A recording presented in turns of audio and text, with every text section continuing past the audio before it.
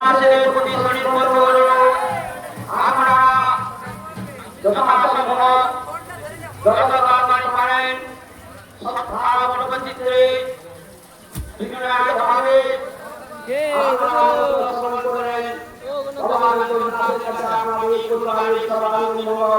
এবং শারীরিক কুশল কামনা করি।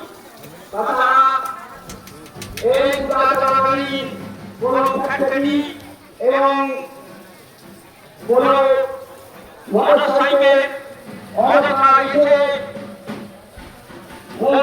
মন্দিরে এসে বিভিন্ন রকম ভাবে ভক্তদের পূজার ব্যাঘাত করিবেন না।